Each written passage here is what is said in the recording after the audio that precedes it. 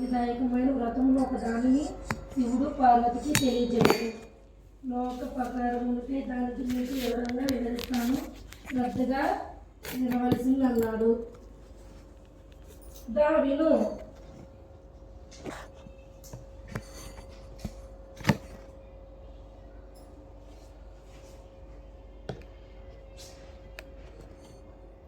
పూర్వం శివుడు ఒకనాడు తన బ్రహ్మసింహాసనంపై కూర్చుని ఉండగా ఇంద్రాద్రి, ఇతర దిక్పాలకులను, నారద మహర్షి శృతి సూత్రములతో పరమేశ్వరుని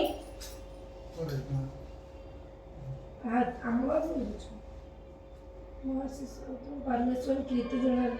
ఓ మహత్పర, ఆనంద సమయంలో పార్వతీదేవి పరమేశ్వరుని ఉద్దేశించి నాదా, స్త్రీలు సర్వ సౌఖ్యములు పొంది పుత్ర పౌత్రాభివృద్ధిగా తరించుటకు తగిన వ్రతమును ఒక దానిని ఆమె తీయవలసిందిగా అడిగినది. అందుకు ఆ త్రినేత్రుడు మిక్కిలి ఆనందించిన వాడై, దేవి, నీవు కోరిన విధముగా స్త్రీలు ఉద్ధరించు వ్రతము ఒక్కటి ఉన్నది. అది వరలక్ష్మి వ్రతం. దాని విధి విధానం వివరిస్తాను విను.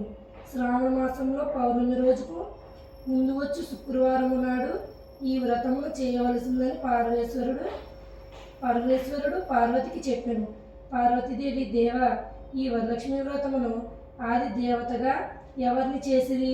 ఈ వ్రతమును చేయవలసిన విధానమును తెలియజెప్పమని పార్వతి అడిగింది. కాత్యాయని, ఈ వరలక్ష్మి వ్రతము వివరముగా చెప్తాను, భక్తి శ్రద్ధలతో విను.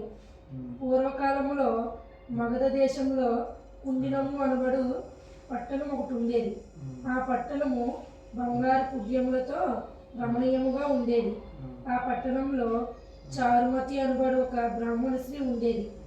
ఆమె మిగుల సుగుణవతి, వినయ విధేయతలు, భక్తి గౌరవములు గల యోగ్యురాలు. ప్రతిరోజు ప్రాతకాలాన్ని నిద్రలేచి భర్త పాదాలకు నమస్కరించుకొని పాత్రకాల గృహకృత్యాలు పూర్తి చేసుకొని అత్తమామలను సేవించుకొని మితముగా సంభాషిస్తూ జీవిస్తుండేది.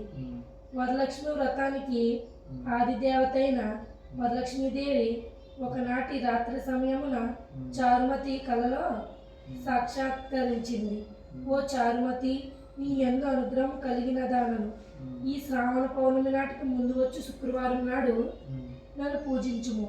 నీవు కోరిన వరాలను, కానుకలను ఇచ్చేదనని చెప్పి అంత అర్థమయ్యాను. చారుమతి అత్యంత ఆనందమును పొంది, హే జనని, నీ కృపకటాక్షములు కలిగిన వారు ధన్యులు, వారు సంపన్నులుగా విద్వాంసులుగా అయ్యేదరు. ఓ పావని, నా పూర్వజన్మ సుకృతమున నీ పాదదర్శనం నాకు కలిగినది అని పరితపించి విధా వరలక్ష్మి దేవిని స్తుతించింది. చారుమతి మేల్కొని అదంతా కలగా గుర్తించి తన కళను భర్తకు, అత్తమామలకు తెలియజెప్పింది. వారు మిక్కిలి ఆనందించిన వారై చారుమతిని వరలక్ష్మి వ్రతం చేసుకోవాల్సిందని చెప్పారు. ఊరిలో వనితలు చారుమతి కలుగుడు గురించి విన్నవారే పౌర్ణమి ముందు రాబోయే శ్రావణ శుక్రవారం కోసం ఎదురు చూస్తున్నారు. శ్రావణ శుక్రవారం రోజున చారుమతి గ్రామంలోని స్త్రీలు ఉదయాన్నే లేచి తలార స్నానం చేసి పట్టు వస్త్రాలు ధరించి అందరూ చారుమతి గృహానికి చేరుకున్నారు. ఆమె గృహంలో మండపం ఏర్పరిచి ఆ మండపంపై బియ్యం పోసి పంచ పల్లవాలు, రావి, జువ్వి, మర్రి, మామిడి, ఉత్తరేణి మొదలగు పల్లములచే కలశం ఏర్పాటు చేసి వరలక్ష్మీదేవిని సంకల్ప విధులతో సర్వమంగళ మాంగళ్యే శివే సర్వసాధికే శరణ్యే త్రయంబకే దేవి నారాయణి నమస్తుతే అని ఆహ్వానించి ప్రతిష్ఠించుకున్నారు. సాధ్యమైన వారు స్వర్ణ, రజిత, తామ్ర, మృణ్మయ మూర్తులను ప్రతిష్ఠించుకోవచ్చు. అమ్మవారి షోడాపచారాలు పూజించారు. భక్ష్యభోద్యాలను నివేదించారు. 9 పోగులతో దారములు చేతికి కట్టుకున్నారు. ప్రదక్షిణ నమస్కారాలు చేస్తారు. మొదటి ప్రదక్షిణం చేయగానే కాళ్ళకు అదియులు గల్లు గల్లుమని మ్రోగాయి. రెండో ప్రదక్షిణం చేయగానే అస్తములకు నవరత్న ఖచ్చిత కంకణాలు దగ్ధమైనాయి. మూడో ప్రదక్షిణం చేయగానే అందరూ భూషితులయ్యారు. చారుమతి యొక్క వరలక్ష్మి వ్రత ఫలితం ఇతర స్త్రీల యొక్క ఇల్లు ధన కనక వస్తు వాహనములతో నిండిపోయాయి. ఆయా స్త్రీలు ఇళ్ల నుండి గజతర రథవాహనములు వచ్చి వారిని ఇళ్లకు తీసుకెళ్ళాయి. వారంతా మార్గం మధ్యలో చారుమతిని మిక్కిలి పొగుడుతూ ఆమె వరలక్ష్మి కళలో సత్కరించి అనుగ్రహించగా ఆమె వరలక్ష్మి వ్రతంతో తామందరినీ మహా భాగ్యవంతులను చేసిందని పొగిడిరి. వారంతా ప్రతి సంవత్సరం వరలక్ష్మి వ్రతం చేసి సకల సౌభాగ్యములతో సిరి సంపదలతో కలిగి సుఖజీవనం గడిపి అనంతరం ముక్తి పొందారు. మునులారా, మహర్షులారా, ముముక్షులారా, శివుడు పార్వతి ఉద్దేశించి ఈ వరలక్ష్మి వ్రతాన్ని సవిస్తారంగా మీరు వివరించుకున్నాడు. సూత మహర్షి కథ వలన ఈ వ్రతం చేసినప్పుడు చూసిన సకల సౌభాగ్యాలు, సిరి సంపదలు, ఆయుర ఆరోగ్యాలు సిద్ధిస్తాయి.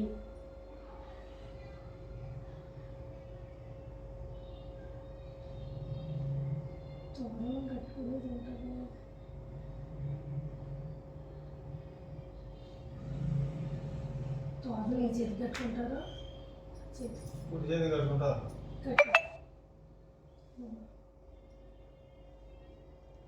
తల్లి సల్లం తల్లి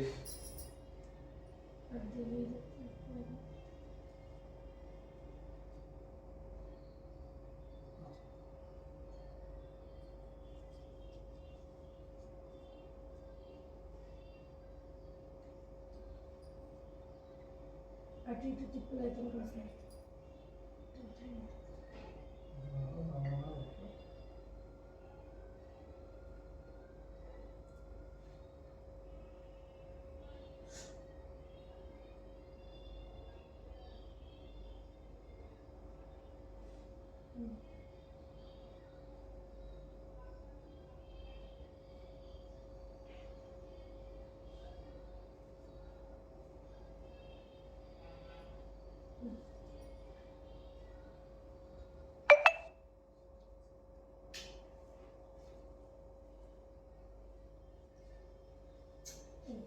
Who's complaint?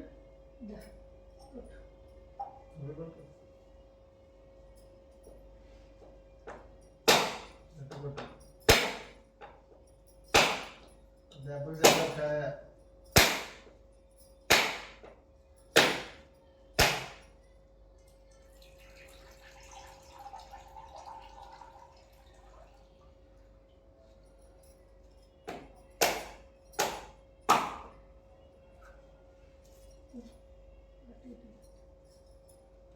అక్కడే పెట్టద్దు, ఇలా పెట్టచ్చు. మూసుగట్టుకుంటుంది కాదు.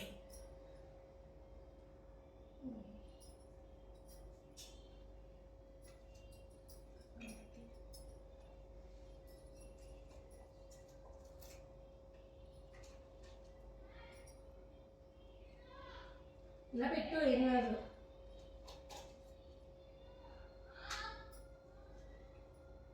గంట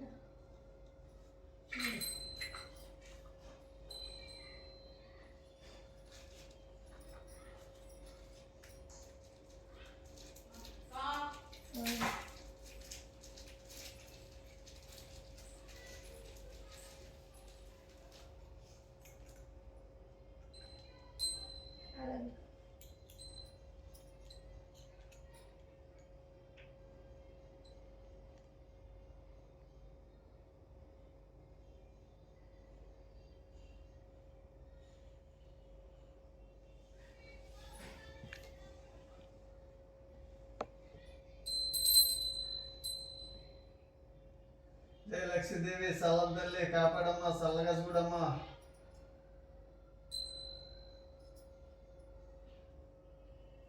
రావమ్మ లక్ష్మమ్మ నీకు మనసు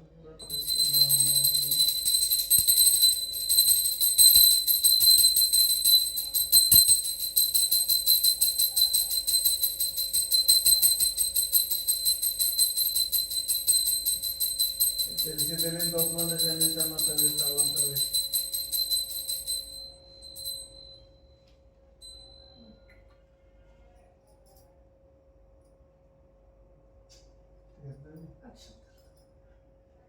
నీతో ఇదమ్మా అక్షంతలు వేసుకుందామని పెట్టుకో.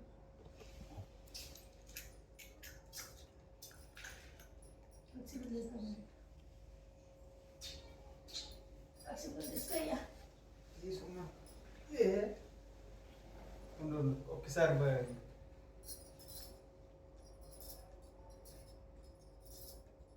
ఊరేళ్ళు చల్లగా ఉండు తల్లి.